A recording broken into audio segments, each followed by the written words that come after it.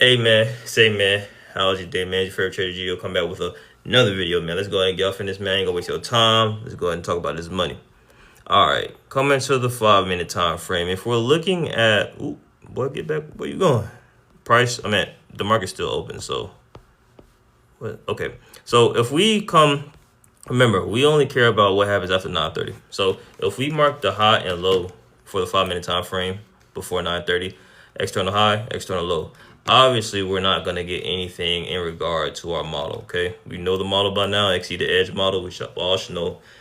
Break structure after 9:30, first contact with high time frame internal, BOS, catch that. There's caveats to it and whatnot, but we should all know the model by now. So following the model, I know for a fact that I'm not going to be able to catch a BOS and actually catch a trade here. Look, from the lowest point after 9:30 to the BOS of the 5 is 152 points. So automatically that tells me I may need to go down to a lower time frame.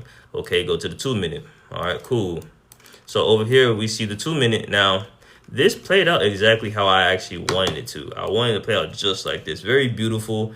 The execution was just poorly on my part, on my behalf. You feel me? But I needed this to happen just like this. I did not want a candle to close way down here, because I've been in the market over 7 years, right? So I kind of felt like it was gonna satisfy the objective by coming here touching that 4 hour. Now it didn't touch it all the way, but 9 points away. Come on now, don't be that. Don't be that guy. You feel me? But let's talk about it. From this point to here, the BOS is literally almost 100 points. It's 90 points. So what is that telling me? I need to go to a lower time frame in order to utilize the exceeded edge model. So with the exceeded edge model, knowing that we're going to have to go to the 1 minute time frame, okay, before 9:30, I'm looking for my high, my external high and my external low. Okay, boom. He's the reason we broke the lows. And if yeah. Right? Okay, so we caught the BOS after, okay, right? 9:29. This was the external high. No, I did that wrong. This was the external high low. This was the external high. This was the external low, because this broke all these lows. But that happened before 9:30, so we don't care. And up until 9:30, we didn't break the low that was placed. That was validating the low. Nothing broke here until 9:30. Break a structure after 9:30, okay? Boom. Contact with high time frame internal. We're already in the daily, so it touches the red and comes like what, 18 points from the 4 hour. That objective was definitely satisfied. We turned around BOS. So with this buying pressure, I didn't wait for a BOS, because obviously I would have been screwed. I got in like right here, right? Rolled it to about 58 points. Moved my stop loss like up here somewhere. It actually took me out my stop loss. Okay. So I wasn't tripping, because I'm about to get paid in a little bit actually from somebody. So I wasn't tripping, but I still had intentions of, what the heck?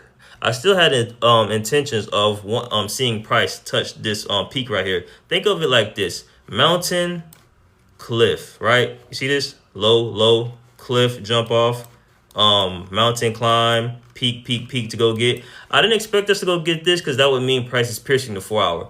But I did expect it to get this and look exactly where it turned around, okay? So I got in that trade, got stopped out, my stop loss, in profit. Nothing to talk about, though. Got in this trade, was in profit, moved my stop loss up, got stopped, or I moved my stop. Yeah, I got stopped out. So at that point, I'm just like, poor execution on my part. It was no big deal, because I'm at a point in life where if my wife needs $500, I could go in the market and make $500. But the biggest thing to that is you don't need to be switching up your game plan or switching up the rules that you've been following that allotted you to get to this space now. Does that make sense? Okay. I've followed rules. I've followed a program. I have a method that has gotten me to a space to where I can make hundreds and thousands of dollars a day. Okay. But just because I'm at the top now, that doesn't mean I need to vacate my rules, because guess where that's going to get me? Going to get me shot right back down to the bottom. Okay. I've been there. I've done that. Don't make the same mistake. I'm telling you now. But being that I have knowledge of the market, been trading for about 6-7 years, I didn't care. I'm just waiting now. And what happened? God blessed me with a BOS to the downside. I entered in about right here, which is kind of tricky, which is kind of testing it. I'm playing it, but I wanted my money. In about let's see, 1, 2, 3, 4, or 1, 2, 3. It was either 4 or 3 minutes, made over $100.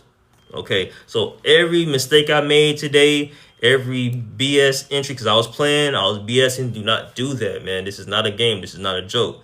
Every BS movement, every entry I played, moving my stop loss, I made it back plus a little bit more in this trade. Now, I could have left today with over $300, but because I played myself, I only left with 100 or something. You know what I'm saying? So the lesson from today is when you are ready to enter in your trade, set your parameters and leave it alone. Do not touch it. Why are we touching our parameters, right? Do not touch it, man.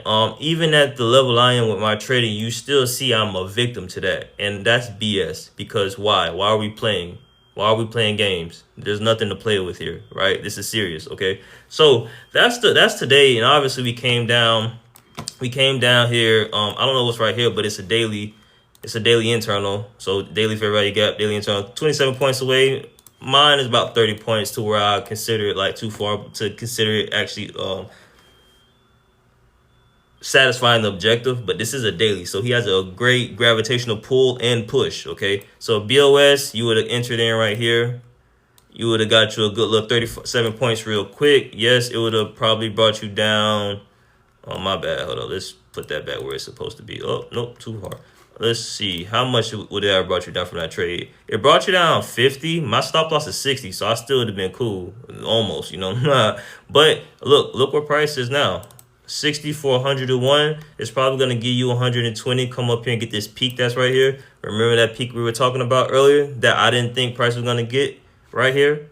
It's going to get that now. You know what I'm saying? So that's the day, man. Today was a good day. I love price action today. We're going to be almost done with September, guys. I asked ChatGPT in like the beginning of September, what's the worst month historically based off the chart's history to trade MNQ? That thing says September. Everybody was ready to get out of August just to get in the actual worst month to trade MNQ. But we've done good this month, man. We've made 2,000 a week. We've made 200, 600. We've made it. We've made it all, right? We've made money. We've done good. And we're going to keep doing good. We have a system that we are going to keep replicating, right? We're purists. We actually know what makes the chart move. Internals and externals. Hey, man, it's your favorite trader, man. GDO coming back with another video, man. If you guys want to learn how to trade like this and reach consistent profits every day, and when you make mistakes, it's nothing abnormal because we know nothing in the chart is random, let's become profit titans, man. NeverQuitExceed.com. Change your life, brother. Free Discord. Say, man, have a good day, man.